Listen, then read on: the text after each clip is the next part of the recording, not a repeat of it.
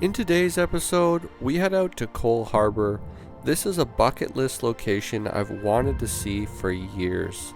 I'd heard rumors that there was underground bunkers in the area as well as old remains of a military installation. And of course, this piqued my interest and we had to go check it out.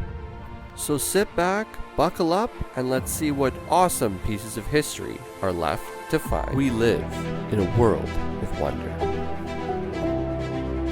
And it's up to you to find it. The path to life's mysteries is just one adventure away.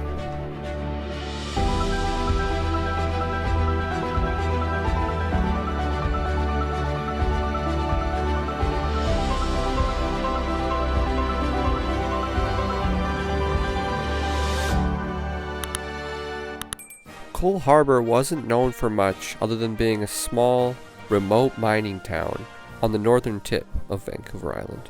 However, during World War II, this all would change. In June of 1940, the decision was to build an RCAF seaplane base. This base would later house planes such as the Canzo bomber that we explored earlier this year, of which it crashed due to an engine failure near Tofino. The station included 700 RCAF personnel and over 300 armed security force members. There was also up to 100 civilian workers. As you can see by this overlay, the area was quite extensive and one of the hangars has since been removed. By the end of 1945, the base was no longer needed and it was disbanded. Shortly after, in 1948, the location was used as a whaling station and operated as such till 1967.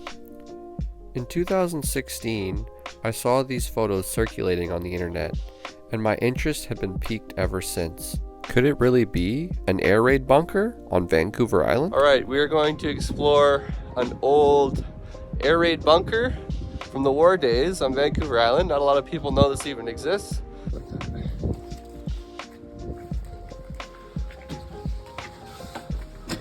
Oh wow, this is cool.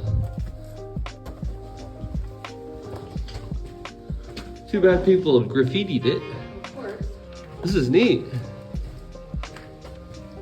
As rumor would have it, this is one of two identical bunkers in the area. Unfortunately, we only had time to explore and locate the one. If you haven't been to the northern tip of Vancouver Island, I highly recommend it. It was really worth the trip to head out to Cole Harbour, especially to check out this really cool piece of Canadian history.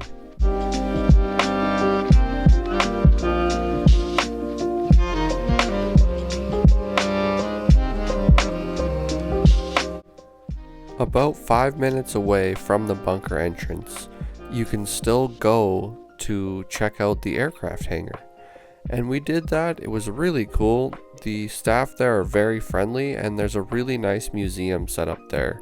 It goes into the details of the wartime in the area as well as the whaling history.